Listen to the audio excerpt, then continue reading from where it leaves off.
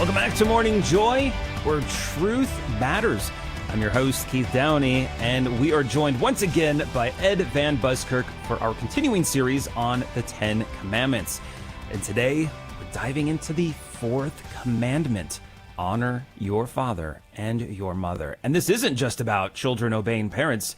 It's a commandment for all of us. And Ed is here to help us see why this commandment is much more than obedience. Good morning and welcome back, Ed.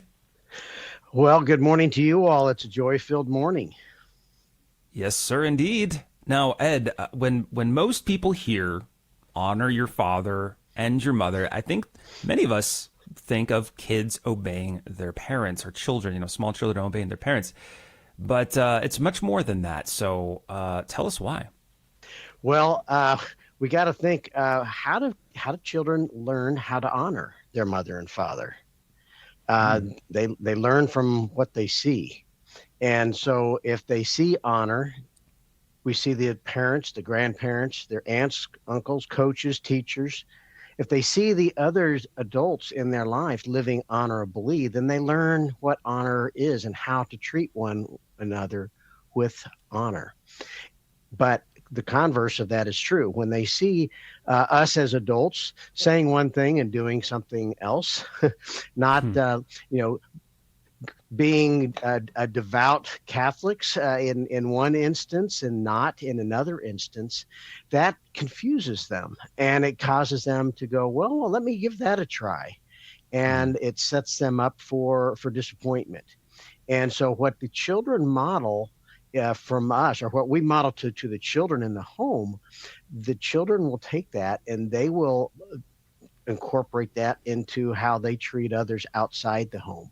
And that sets the stage for things not so good. Now, this commandment in Exodus 20, there's a second half of the verse that people don't necessarily see very often, but it says, honor your father and mother, that you may have a long life in the land the Lord your God is giving you. So this is it's a statement. It's a promise. It's telling us that this commandment is about the future. And it's not just about the kids honoring me or obeying me today.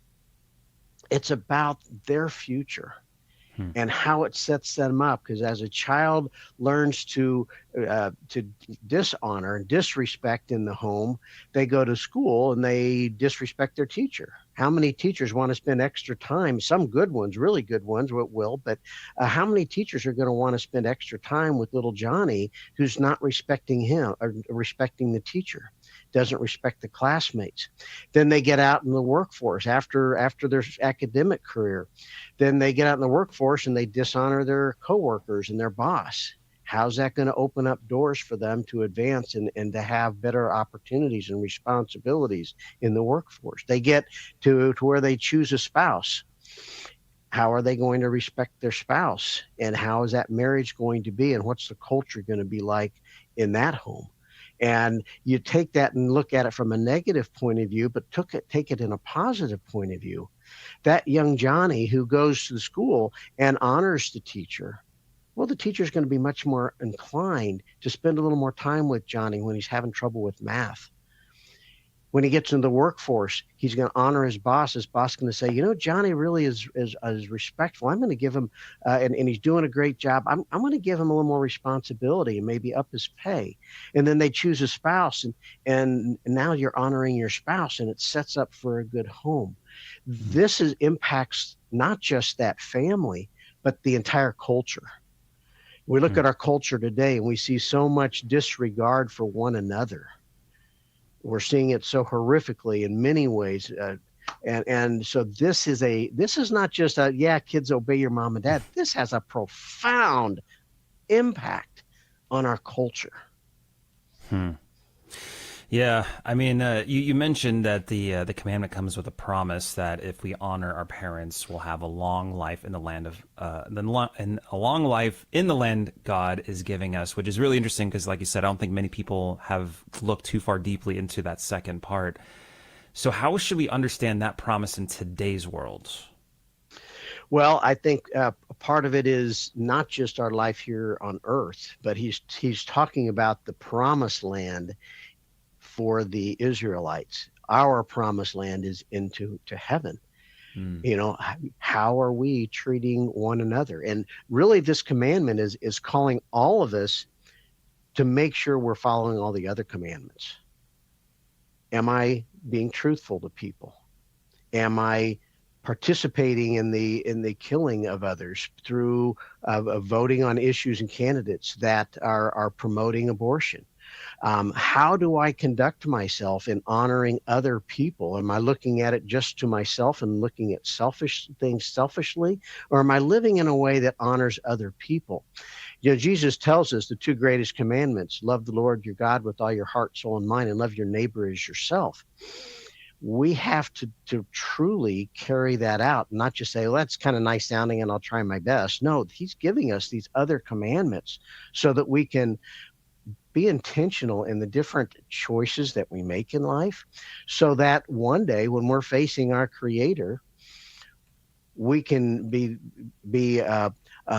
clean, first off, by using the sacrament of reconciliation.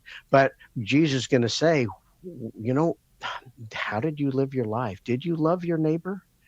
Were you truthful with them, or did you hold back truth sometimes because you were trying to win a deal in business, or to get ahead at the sacrifice of one of the other uh, uh, clients that you're trying to serve? Are you taking away from them?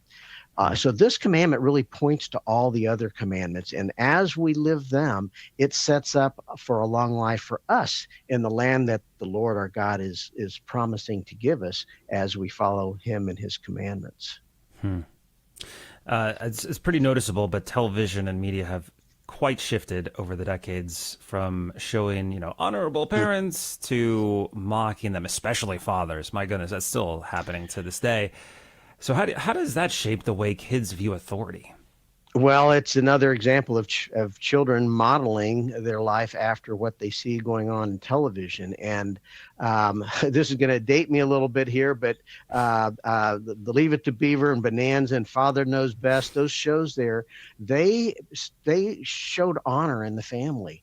The husband and the wife honored one another. They honored the children. The children honored and respected mom and dad. And when they were in trouble, they knew that that they had some consequences to pay in love. And that was a wonderful model. But then as television kind of grew up with the rest of us in the baby boomer age, we saw how the parents became the idiots, the bumbling idiots. For those of the Simpsons would be one of them. Who was the bumbling idiot who was self-serving and always just messing things up? And it was the little Lisa, I think, the little girl who kind of came to the rescue, to figured things out.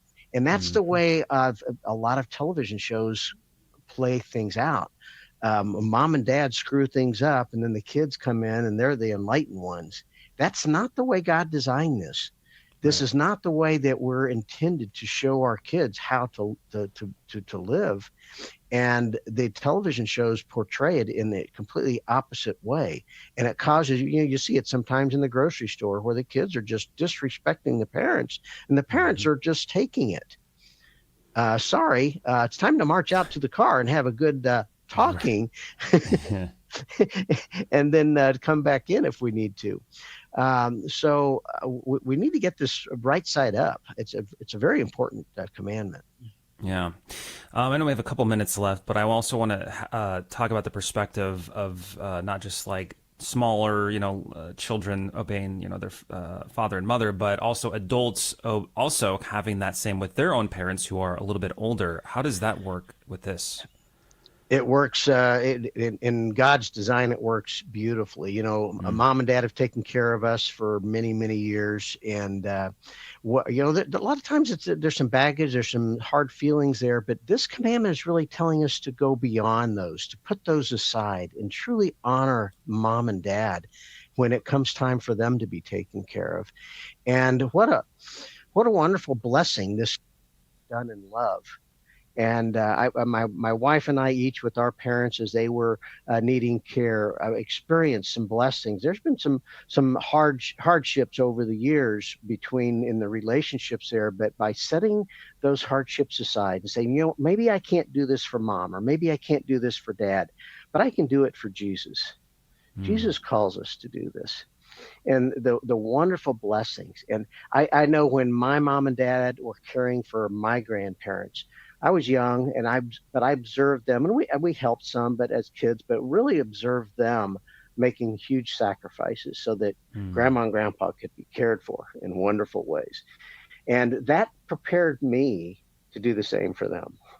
Wow. And as I did it and my siblings did it for my parents, it teaches my children to do for us. And as they do it for us, it teaches our grandchildren to do it for them. So this is God's plan for being cared for in our old age. And I think we've kind of lost that in some regards, and we need to recapture that. It's a big sacrifice, but a big blessing. Yeah, I agree. I mean, we kind of are in that same throwaway culture where it's like, well, these people are no longer useful for us, so we're just going to ship them into like a home and then just forget about, these wonderful people that raised us. So yeah, I'm glad we're able to, shine the focus on our fathers, mothers, grandparents, to show them that same type of love that they gave us when we were so young. So this is very interesting. I know we're just now we're time's up here on the radio side. We have so much more to talk about. The conversation will continue online. For those listening on the radio, make sure to join us if you have the ability on any of the social medias. Just search GRN online and you'll find us. We recommend YouTube because we have such an amazing group of joyful pilgrim warriors that join us every single morning. So make sure to join the team. If you want more of these great segments and just dive deeper into the 10 Commandments, the links are in the show notes, but you can also go to and that's the letter U, ifyouloveme.org. Thanks again, Ed. And hey, if this is us parting ways for the very last moment today, God bless. Make it a joyful day. We'll see you bright early tomorrow morning, 6 a.m. Central, 7 a.m. Eastern, on Morning Joy, where truth matters. We'll see you. This has been Morning Joy, where truth matters, hosted by Keith Downey. Take some joy with you today. Visit grnonline.com/joy to listen again, share a segment, or answer the question of the day. That's grnonline.com/joy.